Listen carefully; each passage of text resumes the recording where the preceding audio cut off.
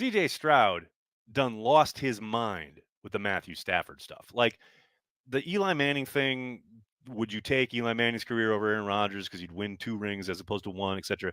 I'll listen to those arguments and people will have their opinions, and that's fine. Um, that's a different topic. But the Matthew Stafford thing, for those of you who maybe have missed it in the last 24 hours or whatever, CJ Stroud intimated, well, they didn't even intimate. He said, I'll like flat out, if Matt Stafford had been in Aaron Rodgers' position, i.e., on those teams that Aaron Rodgers was on, he would have won multiple rings. And he like stressed this. Like someone said, whoever the host was, said, oh, he'd have another ring. Like, no. He cut him off and said he'd have multiple rings.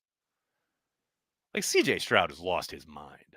Matthew Stafford has gone from this perennially underrated talent, a guy who was and is really, really good, an amazing NFL quarterback. I take nothing away from Stafford, but he's still Matt Stafford, who has made some of the most boneheaded decisions with the football throughout the entirety of his career. I mean, you just look at the opportunities that the Packers had because Aaron Rodgers was the quarterback, as far just taking care of the football. I mean, you want to talk about rings, plural, for Matthew Stafford, whose only ring exists because a 49ers safety dropped a classic Matthew Stafford boneheaded throw in the NFC Championship game. It's the only reason they're in the Super Bowl to begin with. So, look, I think CJ Stroud is awesome. I think he is, as he said, a student of the game. I have zero doubt that he believes what he's saying.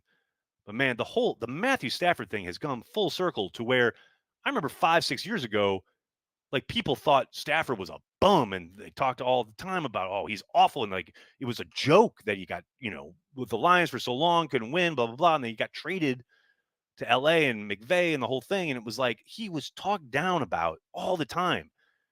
And look, I got receipts. I can tell you, I can show you. Like people, he is a very good, very talented quarterback.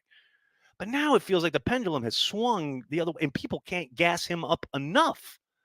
It's like, wait a second. No, he is insanely talented. He is a very good NFL quarterback. But let's slow our roll a bit and like put things in perspective about his propensity to put the ball in jeopardy.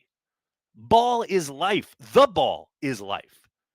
And Stafford, for all his talent and all his ability and all his great playmaking, he is still a problem in that area to this day. That's the other component here that drives me insane when we're talking about quarterbacks and rings and all this stuff. It's like, if I hear one more time that, Eli beat Brady. No, Eli didn't play Brady. They were never on the field together at any point in either of those Super Bowls.